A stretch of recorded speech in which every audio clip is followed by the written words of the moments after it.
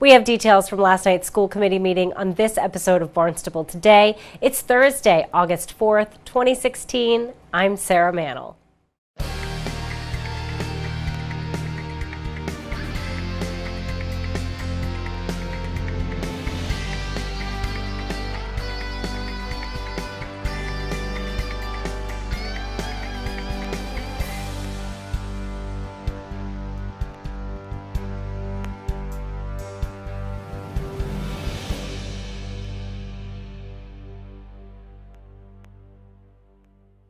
It is almost time for back to school. New Superintendent of Schools Meg Mayo-Brown talked to the school committee this week about how her office is gearing up for the official start of the school year. I provided members with just a summary of my superintendent's report, so you would have that, particularly because we are holding the Barnstable Summer Leadership Institute on August 16th, 17th, and 18th, and would certainly welcome school committee members to attend any portion. We'll get the agenda out to you so you can see what would make sense. But in essence, it's a 3-day institute with day one focusing on developing district priorities in a collaborative fashion with the district leadership team.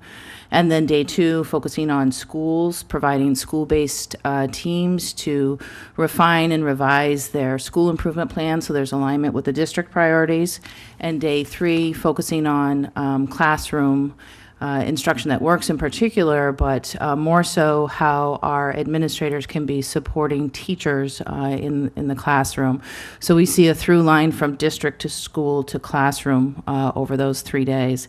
And the goal would be to bring forward the district priority plan to the school committee in September for review and discussion. Secondly, I had an opportunity to meet with Brooke and talk about a teacher's cabinet. We've agreed that it makes good sense to launch a teacher's cabinet in Barnstable, and that is an opportunity for teachers to meet both with me and Brooke as the association president to discuss matters on a monthly basis relative to teaching and learning. I think it's a great process where we can incorporate teacher voice into the decisions that we may be making within the district. So we'll get that off the ground when the school year starts. Next, you have a letter in your packets that it's going out to seventh grade parents in the next couple of weeks, and it's an important letter because it discusses the new law that has been passed, an act relative to substance abuse treatment and education and prevention. So we're required to do screening as part of that, and you'll see in the letter that the screening has an acronym of SBIRT, which stands for Screening, Brief Intervention, and Referral to Treatment. So the primary goal is to continue to reinforce healthy decision-making behaviors with our adolescents. So the process is going to be incorporated into our annual screenings. It will be conducted by school nurses in private one-to-one sessions. And as with any state-mandated screening, parents have a right to opt out. The letter contains all of that information. And again, what we'd like to do is come forward in September with a more formal presentation to the school committee in terms of particularly what the screening process entails and involves at the school. So we'll do that at that time, but certainly wanted to alert the school committee and the community that the letters were going out as school was starting.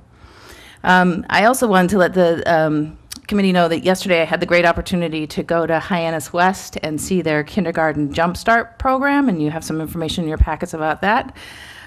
This is a 3-week program that prepares Hyannis West incoming kindergarten students. It was explained to me yesterday that 50 to 75% of Hyannis West incoming kindergartners do not have a preschool experience.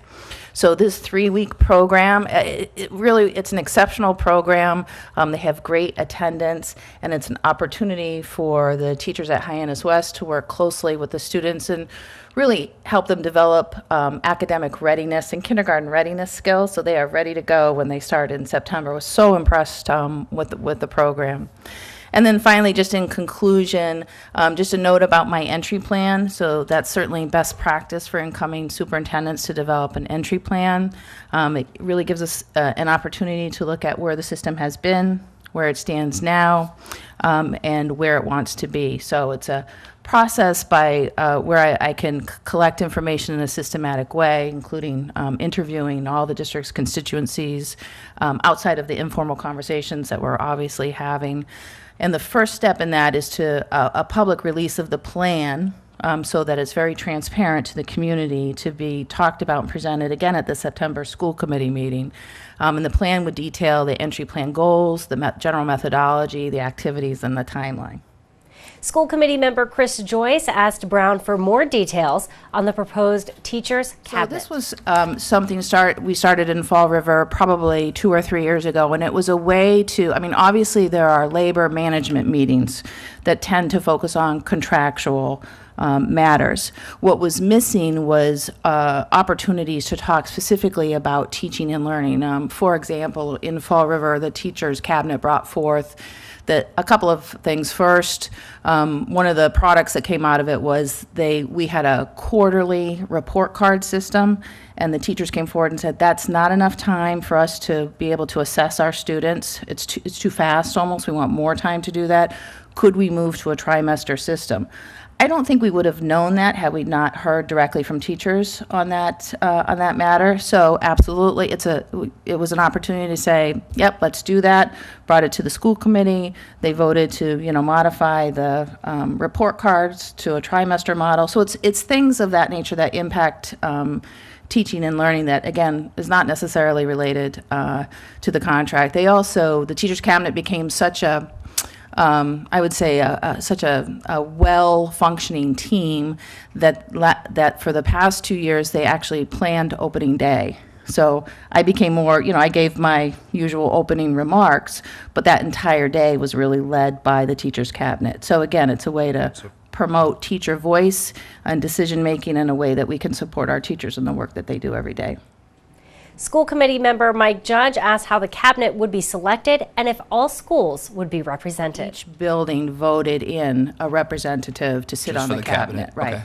And so we met monthly. There were formal agendas. There were minutes. We sent the minutes out to all the teachers in the district so that there was a good communication loop between what was discussed.